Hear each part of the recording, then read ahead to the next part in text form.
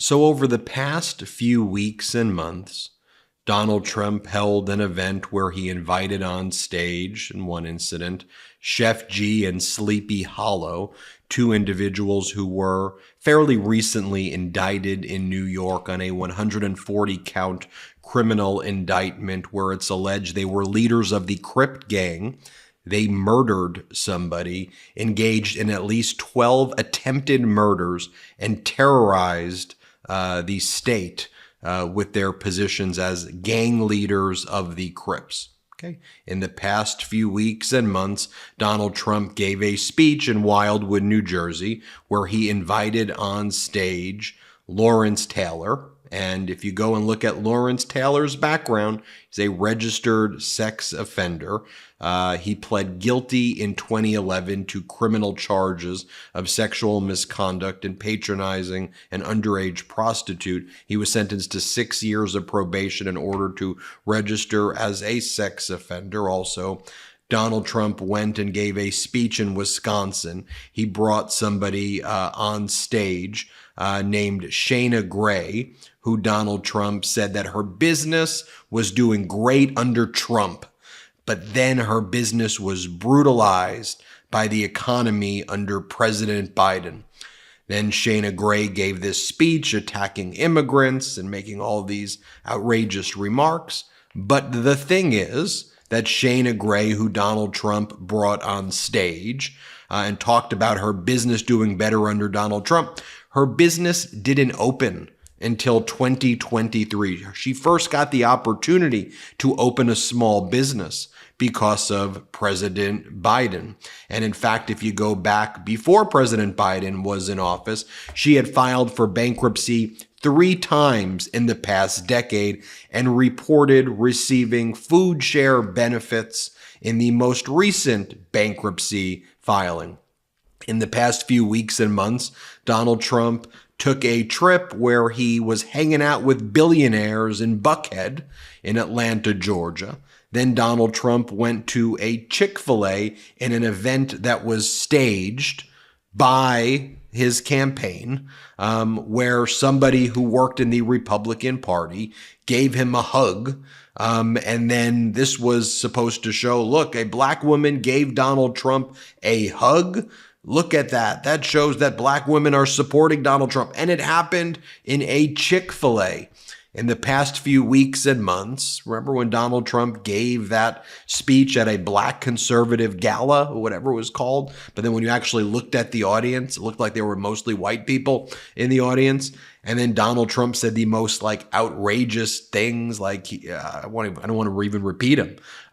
Here, I'll just show you what Donald Trump said so you can see what he said in his own words. Here, play this clip. Good.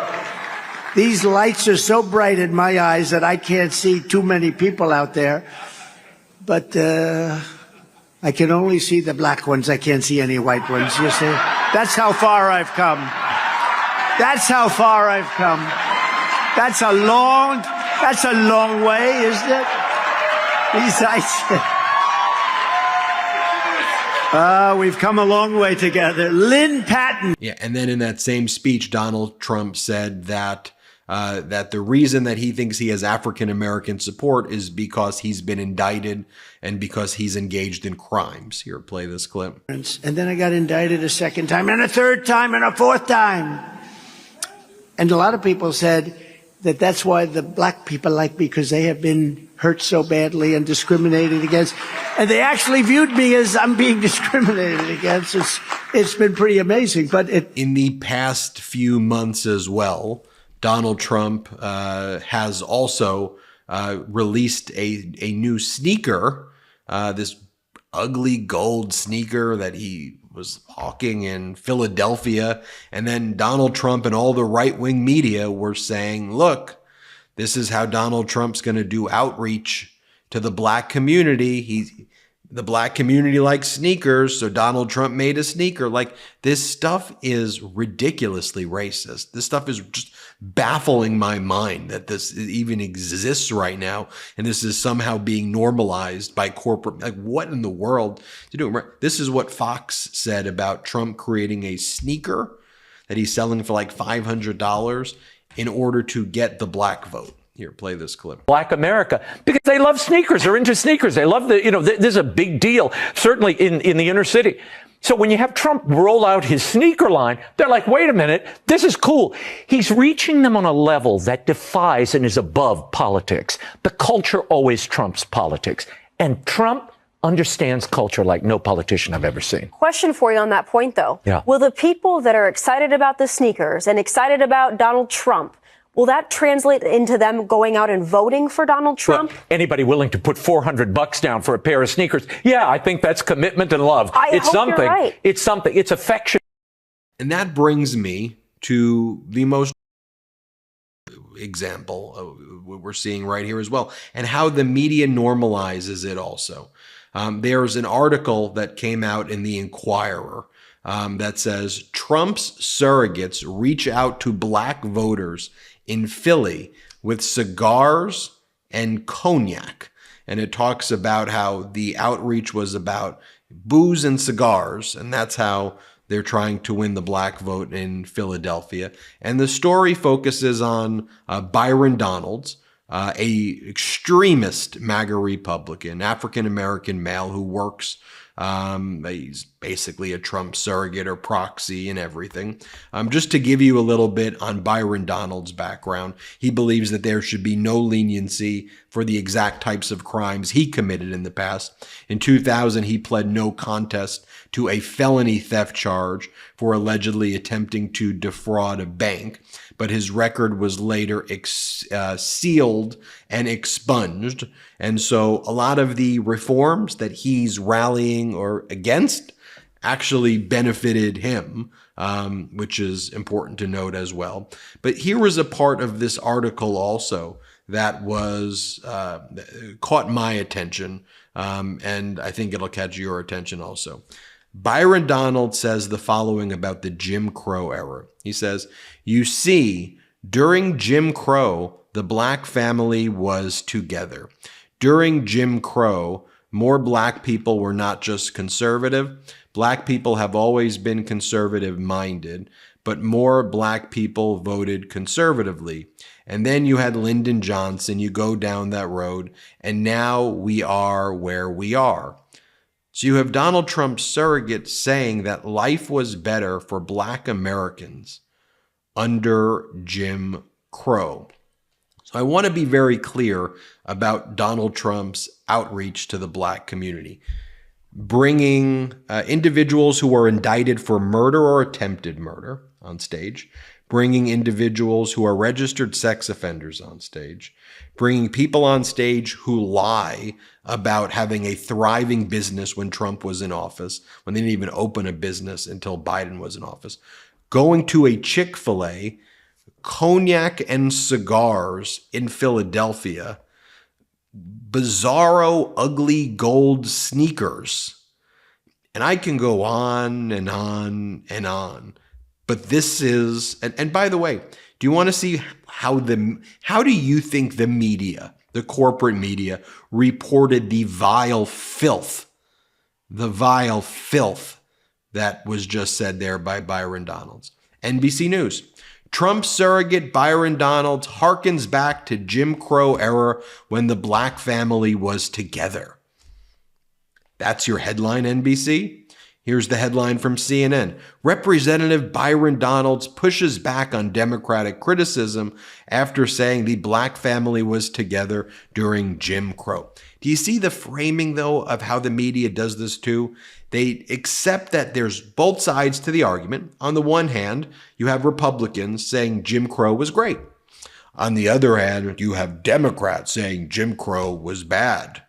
And then you have a politician pushing back on the side that says it was bad.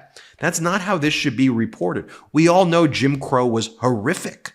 It was vile. It was a shameful time period in our country. So what the headlines should read is that outrageous, vile filth being spewed, outrageous lies being spewed about Jim Crow. That's how you should frame these headlines. Here's Politico. Byron Donalds expresses nostalgia for the Jim Crow era when the black family was together. Here's how the head of the DNC, Jamie Harrison, puts it. He says, "These fools have lost their damn minds. Isaac Woodard, a black World War II veteran from South Carolina, while in uniform and hours after he was discharged, was racially targeted and brutally attacked and had his eyes gouged out. Black folks were treated as subhuman and second-class citizens. John Lewis and others were beaten, bloodied, and had dogs sicked on them. Black communities were paralyzed by black church bombings, lynchings, cross burnings, and black Americans were prohibited from voting and running from elected office. And that's just a sample of the horrors and the suffering of black folks in this country during Jim Crow. If you want to clown out for twice impeached, insurrection-loving, convicted felon, it's America. You can do whatever the hell you like, but don't try to rewrite history and gloss over the pain and horrors that so many black folks faced under Jim Crow. So let's be clear. We aren't making that living hell great again. But if for some reason you are still confused, we will not go back! Exclamation point. I want to show you right here as well. Powerful House floor speech here by the Democratic leader, Hakeem Jeffries, what he had to say. Play this clip. Mr. Speaker, it has come to my attention that a so-called leader has made the factually inaccurate statement that black folks were better off during Jim Crow. That's an outlandish, outrageous, and out-of-pocket observation. We were not better off when a young boy named Emmett Till could be brutally murdered without consequence because of Jim Crow. We were not better off when black women could be sexually assaulted without consequence because of Jim Crow. We were not better off when people could be systematically lynched without consequence because of Jim Crow. We were not better off when children could be denied a high-quality education without consequence because of Jim Crow. We were not better off when people could be denied the right to vote without consequence because of Jim Crow. How dare you make such an ignorant observation? You better check yourself before you wreck yourself. I yield back. So I want you to take a look at Donald Trump's outreach, as they call it, what they're saying, what Trump's campaign is doing. I want you to remember, of course, who Donald Trump is with the Central Park Five, who Donald Trump is with he and his father not allowing black Americans to live in their apartments and the horrific civil rights violation. I want you to think about Donald Trump's, what he's been alleged to have stated, and I think we all know that's something he would state, on The Apprentice, where he used the N-word, referring to people on the show. That's who he is. Quite literally someone who's against progress. But you see it for yourself, so judge for yourself. I just want to show you all of these data points. I'm Ben Meiselas from the MeidasTouch Network. Hit subscribe. Let's get to 3 million subscribers together. Thanks for watching. Love this video? Make sure you stay up to date on the latest breaking news and all things Midas by signing up to the MeidasTouch newsletter at MeidasTouch.com/newsletter.